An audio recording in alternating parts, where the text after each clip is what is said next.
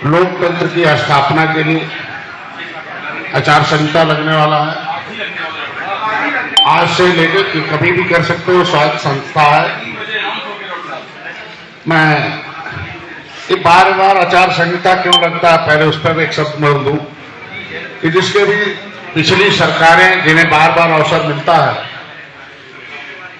लोकतंत्र की व्यवस्था है कि हर 5 साल बाद जनता का आगे संविधान समस्याओं का समाधान है, लेकिन उसका गेट पास वोटर के पास है। असली भगवान वोटर है और वोटर बेचारा कह दे 70 साल से वो पॉलिटिकली अनकॉन्शियसनेस है, बेहोश है। पिछली सरकारों के कुछ ऐसे कुकित रहे हैं कि वोटरों को कैसे और बेहोश किया जाए, शिक्षा, बेरोजगारी से, लाचारी से या पैसे से उन्हें लालच देकर, पौआ पिलाकर, पॉलिटिकली बेहोश करके उनसे उस लोकतंत्र के उस विधानसभा में जो संविधान के तहत जो समस्याओं का समाधान था उसकी चाबी लेकर कुछ लोग जो उनके पॉलिटिकल पार्टनर हुआ करते थे वो तो सफल हो गए, लेकिन इस देश की 90% जो आबादी थी वो निर्भर हो गई।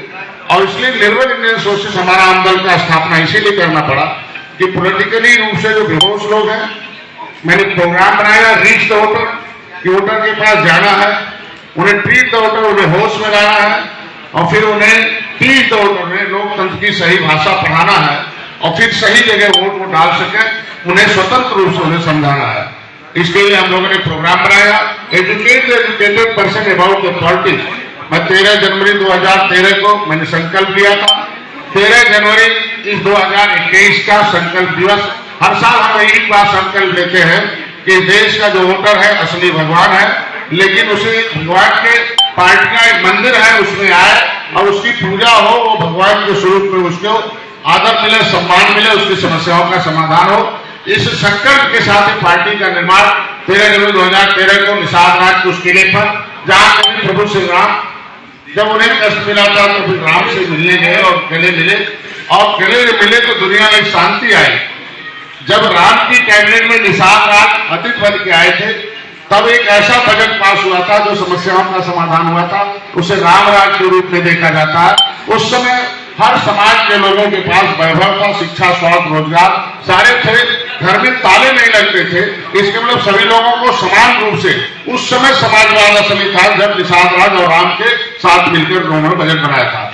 आज एक छलावा है लोगों का कहने का पिछली सरकारों का कि हम असली समाजवाद हैं, जब उन्हें सरकारें जब उन्हें चाबी मिलती है तो किस तरीके से अपने लोगों को देखकर बंदर भेदभाव करके नौकरी बांटी जाती है, किस तरीके से बजट का उन्हें हिस्सेदार बनाया जाता है, किस तरीके से गांव गरीबों को बजट का शिकार बनाया जाता है। उसके लिए आज मैं जो देश का सर्वोच्च संस्था है जो चुनाव है, मैं उसे बधाई दूंगा कि लोकतंत्र में जो जगह जो हमारे लोगों ने देश को आजाद कराने में पहले राजनीति बनाते थे उसे राजनीति कहते थे, अब लोकतंत्र में व्यवस्था होगी। लोगों ने कहा नहीं, अब पब्लिक वोट डालेगा, उसका एक प्रतिनिधित्व होगा, वो जाएगा, वो नीति बनाएगा।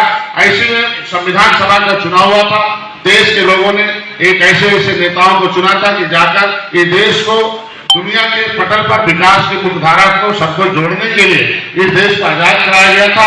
उसमें 578 जातियों के बारे में जो है अंथा सेना नंग्याल जो पटेल साहब के जो दिल्ली सचिव थे उनकी अध्यक्षता में एक inquiry, criminal tribes act inquiry committee बनाई गई थी। उस कमेटी ने रिपोर्ट दिया था कि देश की 578 जातियों ने इस देश को आजाद कराने में महत्वपूर्ण भूमिका निभाई है और उसे कानून बनाकर उजाड़ा गया है। ऐसे सभी देश गांव में रहने वाले गरीब, नौजवान, किसान जिन्हें कानून बनाकर उजाड़ा गया है, इस पार्टी का संकल्प है कि उसे फिर से इस लोकतंत्र के संविधान की व्यवस्था के मुताबिक उसे विकास की मुख्यधारा में लाने के लिए वो कानून बनाएगा जिनके पिछली सरकारों ने उस अंथा सेना नंग्याल कमेटी की रिपोर्ट को कूड़ेदान में फेंक दिया।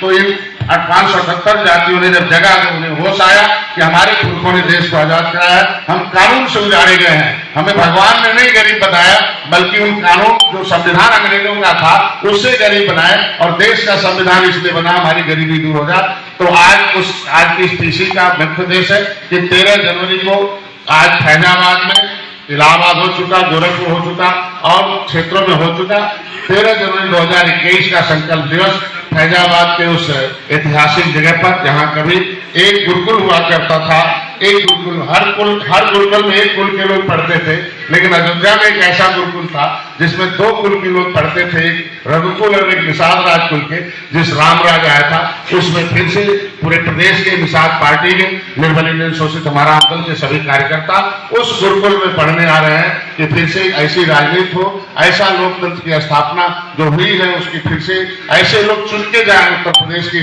अदालत में, जहां से उस संविधान के पूरे पन्ने को सभी जाति, सभी धर्म, सभी वर्गों के लिए चुना जा सके। तो आज के पीछे में वो 13 जनवरी का जो मेरा अयोध्या का कार्यक्रम है, अब जिस तरीके से होगा उस तरीके से संकल्प दिवस मनाया जाएगा।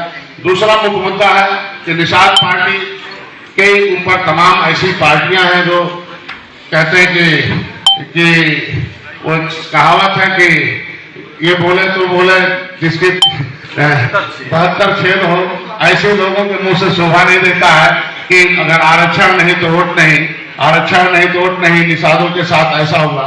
तो मैं इस सीसी के माध्यम से अपने इस समुदाय में 578 जातियां उन्हें हम एक आगाह करता हूं कि इनके कांग्रेस के विश्वासघात को मत भूलो कि जिन्होंने तुम्हारी फाइल को गायब करा दी, उस अंथा समय रंगेर कमेटी की रिपोर्ट को कूड़ेदान में डाल दिया, 8 घंटे 16 मिनट बहस कराया था, वीरा कुमारी ने उसको कूड़ेदान में डाल दिया। भारत समाजवादी पार्टी ने ऐसा काम किया कि आरक्षण के मुद्दे पर मैं एक आवाज उठा रहा था, संत कबीर नगर में कसरवल में रेल पर जो केंद्र सरकार की जमीन है, वहां उत्तर प्रदेश सरकार ने 1 घंटे के अंदर गोली चलवा दी, मेरा भाई मारा गया, 37 लोग जेल में गए, पिटाई हुई, 302 का फर्जी मुकदमे दाखिल हुए, संत कबीर नगर की महिलाओं के ऊपर तांडव हुआ, नंगे नाच करके उन्हें नंगा करके पीटा गया, बच्चों को कान बहरे हो गए, उन्हें 1 महीना खाने नहीं दिया गया। आज आरक्षण की आवाज उठाने पर 60 गाड़ियां हमारी जला दी गई। 1 साल तक हम लोग इस तरीके से बदल रहे हैं, तो आज उनकी जुबान से शोभा नहीं देता है कि आरक्षण नहीं तो वोट नहीं। जब उनके देश में 30 साल से हुकूमत थी सपा बसपा की, तो इन जातियों के लिए तब नहीं याद आया आरक्षण की हम देंगे, आज नहीं याद आया निषाद राज का हम मूर्ति लगाएंगे, तब नहीं याद आया फूलन देवी की मूर्ति लगाएंगे। सब बहुजन समाज पार्टी किस मुंह से कहती है कि हम सबका साथ सबका विकास, सब जो है जिसकी जितनी संख्या भारी, जब हमारे लोग आरक्षण की आवाज उठाते थे पार्टी से निकाल दिए जाते थे, और हम जैसे आरक्षण की बात आती हाई कोर्ट में स्टे ले लिया जाता है। आज सामाजिक न्याय समिति का रिपोर्ट कहता है कि 23% आरक्षण पर एक विशेष वर्ग का कब्जा है, 27% आरक्षण पर एक विशेष वर्ग का कब्जा है। तो मैं चाहता हूं कि ऐसी पिछली सरकारों के मुंह से ये बातें शोभा नहीं देती हैं। उन्होंने अपने अहिर रेजिमेंट की बात की थी, तो कभी क्या सदन में आवाज उठाई? डिम्पल जी नहीं कभी सदन में आवाज उठाई?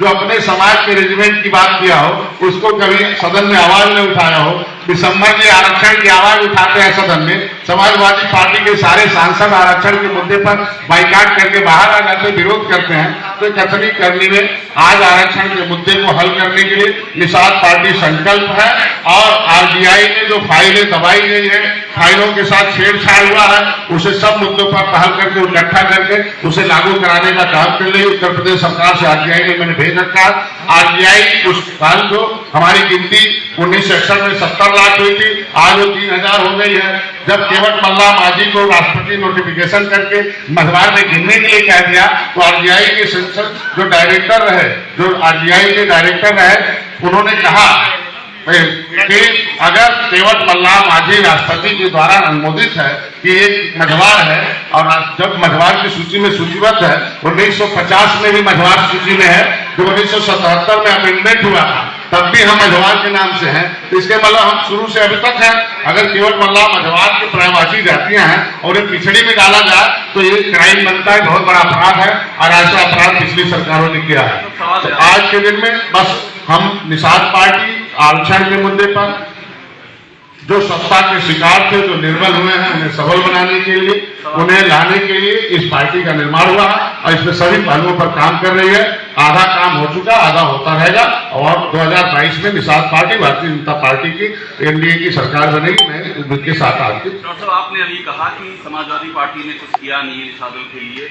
मैं बीजेपी की बात कर रहा हूँ। बीजेपी के सांसद हैं जयप्रकाश निषाद, वो आते हैं गोरखपुर से। उन्होंने आपके बारे में ऑन रिकॉर्ड कहा है हमारे इंटरव्यू में कि आप जो है निषादों के वोट से खिलवाड़ करते हैं, आप उनके साथ जुल्म करते हैं। आपने अपने को और अपने बेटे को सब दे दिया है, बाकी निषादों को कुछ नहीं दिया है।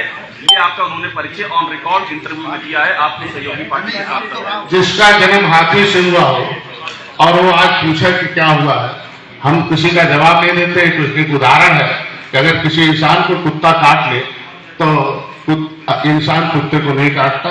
आगे का सवाल जो हो अब जो भी आप समझ सकते हैं, दुनिया समझती है। मैं कह रहा हूँ आज के दिन में समाज का हित हो, उस पर बात करिए। निषाद पार्टी समाज हित में काम कर रही है। पूरा परिवार 24 घंटे संघर्ष कर रहा है, जेल गए हैं, काम कर रहे हैं। हमारा काम बोलता है, हमारा संघर्ष बोल रहा है, तब हमारा समाज मेरे साथ है। किसी की जुबान से, किसी के काम से नहीं है। जो आज के दिन में किसी स्कूल में रेस चलता, सभी लोग दौड़ते हैं, जो आगे दौड़ में निकल जाता है उसको इनाम मिलता है और सभी लोग उसका सहयोग करते हैं। बहुत लोग आए, बहुत नेता आए, बहुत पार्टियां आए। निषाद पार्टी डॉक्टर संजय दौड़ में सबसे आगे निकल गए और उनका सबका सहयोग की अपेक्षा होती है। डिप्टी सीएम का सपना छोड़िए आपने, डिप्टी सीएम बनने का सपना जो था आपका डॉक्टर साहब, डिप्टी सीएम बनने का सपना जो आपका था। नहीं, सपने सब पूरे होंगे, धीरे धीरे होते हैं। शायद 70 साल में 7 साल 70 साल 70 साल में जो नहीं दिखा होगा निषादों के लिए, आज सारी पार्टियां निषाद चिल्ला रही हैं, उन्हें पद दे रही हैं, लालच दे रही हैं, तोड़ फोड़ कर रही हैं। कभी तो निषाद नहीं याद आते थे, न निषाद राज याद आते थे, न निषाद नेता याद आते थे, निषाद वोट नहीं आता था। आज मैं मीडिया को धन्यवाद दूंगा कि हमारे वोट बैंक को, हमारे समाज की जो गरीबी है, जो हमारी एकजुटता है, उसका प्रदर्शन, उसका जो भी है आपने दिखाया, जिसका आज के दिन में रिजल्ट है। डिप्टी सीएम निश्चित रूप से आज के दिन में भारतीय निषाद पार्टी ने, कोई पार्टी जो गठन होता है अपने नेता को शीर्ष पद पर देखना चाहता है, क्योंकि आज धारा 370 तब खत्म हुई जब भारतीय जनता पार्टी के पास पावर आया। आज राम मंदिर तभी बना जब भारतीय जनता पार्टी के पास पावर आया। आज निषाद पार्टी भी पावर में जाकर इसका जो वादा किया है समाज को, अपने जो लेवलों को वादा किया, उसे सबल बनाने के लिए उस शीर्ष कुछ पद पर पहुंचना अनिवार्य है। डिप्टी सीएम बनना अनिवार्य है। मैं चाहता नहीं, और भी पद हैं। हम कहते ये मेरे समाज का सुझाव था। ये काम तय करना भारतीय जनता पार्टी का रहा। हम लोग तो अपने आरक्षण के मुद्दे पर अभी भी तटस्थ है, अपने हिस्से पर तटस्थ है, इनको विकास की धारा में लाने के लिए तटस्थ है। और निर्मल इंडियन शोषित हमारा आम दल जो 150 सीटें 160 सीटें तैयार कर रखा, उसकी जिम्मेदारी है, उसमें हमारा वोट एक जगह है। 2017 में चुनाव लड़ा, आपने देख रखा होगा कि सपा बसपा का 30 साल का क्या हासिल हुआ। 2019 में सपा बसपा और एलडी एक साथ हो गई, डॉक्टर संजय मोदी के साथ हो गए। आज बसपा अलग हो गई है। आप रोड का सिनेरियो देख सकते हैं कि 2022 का चुनाव एनडीए के साथ है, डॉक्टर संजय के साथ है। 2022 के चुनाव किसने आपकी जो मांगे थी वो कहीं ना कहीं अभी भी वहीं पे अटकी हुई है। देखिए, मेरे मांग भारतीय जनता पार्टी के मुद्दे में शामिल है। मांगे तो होती हैं। आज 70 साल से और सरकारों को नहीं दिया, रिटायर्ड तो जज हो गए, लेकिन कलम तो नहीं चलाए ना। भारतीय जनता पार्टी अभी जज दिल्ली में जज है, उत्तर प्रदेश में फिर 2000 जब हम जज बनाने में भूमिका रखेंगे तो हमारी मांगे भी पूरी हो जाएगी। हम लोग उम्मीद करते हैं कि 2022 की सरकार बनाएंगे और नहीं तब आएंगे तो उन अधिकारियों को देखो कि जैसे जब मामला तय हुआ 2 घंटे के अंदर समाज कल्याण विभाग का अधिकारी बदल दिया गया। जब बदल दिया गया तो मेरा लेटर आरटीआई में चला गया। तो जब हम लोग आएंगे पावर में तो अधिकारी भी सहयोग करें। सर आप तो कब तक आपकी उम्मीद है? 70 साल से उम्मीद किया है, देश को आजाद कराया है, सबको गद्दी पर बैठाया। कहीं नहीं कर सकता कि निषादों ने वोट नहीं दिया है। कांग्रेस को भी याद आ जा रहा है कि प्रियंका जी कहती है निषादों को हम देंगे, इसका मतलब दिया नहीं ना। सपा ने भी कहा कि हम देंगे, कुछ दिया है ना।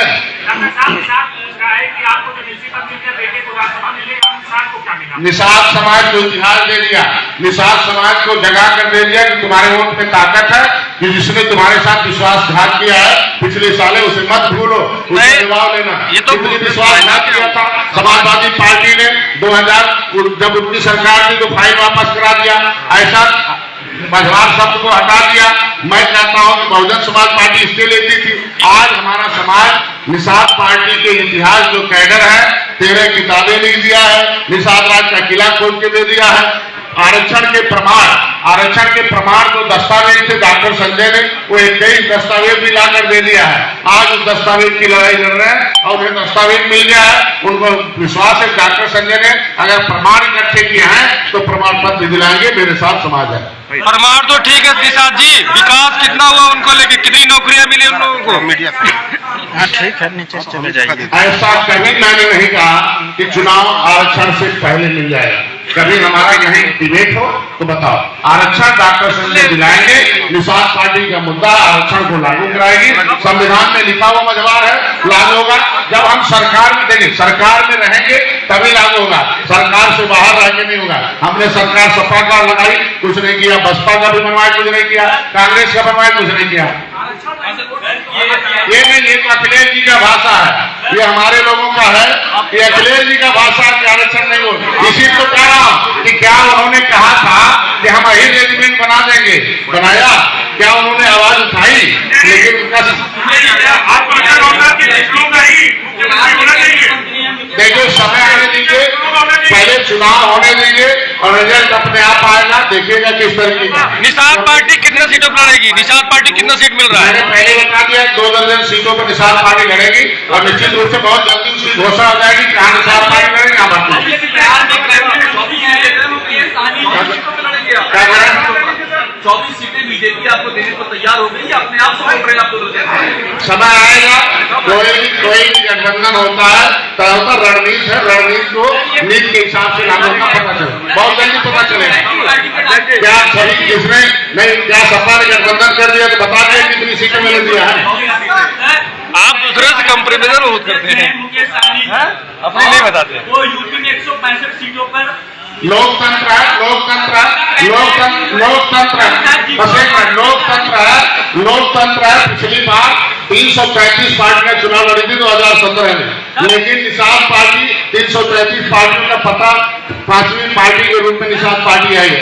और 2019 में निषाद पार्टी ने दिखाया है, सपा बसपा RND एक हो गई। डॉक्टर संजय मोदी जी के साथ, निषाद पार्टी मोदी के साथ हो गई। एक ऐतिहासिक जीत हुआ। 2022 में देखिएगा। जयप्रकाश निषाद ये आरोप लगा रहे हैं कि आप MLC हो गए, बेटा MP हो गया, बाकी निषाद। मैं कहता हूं 70 साल से मेरे निषाद पार्टी की वजह से आज राज्यसभा है। मैं उनसे पूछिएगा, जहां भी जाते हैं सभी लोग जानते हैं कि किसकी वजह से राज्यसभा है। और मैंने बता दिया कि मैं अपने, मेरे पूर्ण खानदान के सब लोग हैं, उनके खिलाफ मैं कुछ नहीं बोलना चाहता हूं। मैं 1 मिनट, मैं निषाद पार्टी को खड़ा करके निषादों के लिए मेरा पूरा जीवन समर्पित है। आज के दिन में जिनकी रोजी रोटी छीनी गई है, मकान छीने गए हैं, जिनके परिवार के लोगों ने देश को आजाद कराया है, कानून बनाकर अंग्रेजों ने उजाड़ा था, उन्हें कानून बनाने का, कानून बनवाकर बसाने के लिए जो व्यवस्था उसे लागू कराने की निर्भर शोषित कराकर उस पर तटस्थ हूँ। मैं कहता हूँ मैं कहता हूँ कि 2 जून की रोटी जिसकी है, 2 जून की रोटी जिसकी गाय किया है सपा बसपा कांग्रेस ने 70 साल से, उसके खिलाफ जंग छिड़ा हुआ है। और 2 जून की रोटी, कपड़े, मकान जो बर्बाद हुए अंग्रेजों ने किया, उनको बचा दिया, उसे लागू कराने के लिए। अच्छा, आपकी रैली में जो सवाल उठाया था निषादों ने, उस पर क्या कहेंगे? आप कह रहे हो कि मैंने कहा था मन से आपको डिबेट में आपको पता चल जाएगा। मैं बता रहा हूँ, उसी बात पर आइए। लेकिन पहले सुनिए, मैंने कहा था कि जब मैं पेशे से चिकित्सक था तो मैं राजनीति में नहीं आया था। इस समाज को के मुद्दे को सड़क से सदन तक माननीय योगी आदित्यनाथ उठाते थे और कई बार धरना भी दिए। 7 जून 2015 को रेल का सर्वर कांड हुआ था, मेरे साथ उन्होंने धरना दिया था, तब वो वकील थे। आज भारतीय जनता पार्टी जज है, कलम उन्हें चलाना है। तो मैंने इतना मांग किया था और जज है उत्तर प्रदेश, दिल्ली में जज है उत्तर प्रदेश में, काम अपना कर रहे हैं। उस दिन मैंने जब बोला तो उस दिन के 2 दिन के बाद लेकर RTI में चला गया। 70 साल से RTI को दोबारा कथा, कम से कम RTI में काम। बहुत बढ़िया सवाल। आपने जब ये कहा था कि अखिलेश यादव पर रेड की टाइमिंग बहुत ही गलत है, बाद में पलट क्यों गया? पलट क्यों गया? ये पलट तो कैसे पलट गए? लेकिन मैंने कहा कि जो भी टाइमिंग गलत बताया, जो भी भ्रष्टाचार में लीन है उसके खिलाफ TV9 भारतवर्ष में आपने बोला था कि गलत उठाया, उस पर कार्रवाई होनी चाहिए। हम चाहते हैं भ्रष्टाचारी के खिलाफ प्रशासन। नहीं निषाद जी, ये बात आपने कहा था टीवी 9 भारतवर्ष पे कि गलत टाइमिंग है। पेश किया गया, मैंने इंटरव्यू लिया था। आपने बोला था आप पार्टी ये बात भूलिए नहीं। भूल गया क्या आपने उस तोड़ मरोड़ तो किस आधार पे कहा था और बाद में पलट क्यों गए आप? देखिए, पहले आप निर्भरों की आवाज मत दबाइए। नहीं, बात अब पलट है, उनकी रोटी पलट है। हो गई है, उनकी आवाज को मत दबाइए। जिनके लोगों ने चलिए, आजाद कराया चलिए, है, उनकी आवाज को मत दबाइए। जिनके जिनके बाप ने ये देश आजाद कराया और आज के दिन में Thank you, sir. भीख मांग रहे हैं, उनको न शिक्षा न स्वास्थ्य, झगड़ा बड़ों पर पौधा लगाया गया, वो बेहोश करके वोट टूटा जा रहा था। चलिए, उनकी ठीक है, आवाज को थोड़ा बुलंद करिए ना। आज के दिन में उनकी हिस्सेदारी के लिए काम करिए। मैं बधाई दूंगा। 69,000 भर्ती के अभ्यर्थी परीक्षा नहीं दे पा रहे हैं, इन सब पे बात करेंगे। आज के दिन में आज बस हो गया।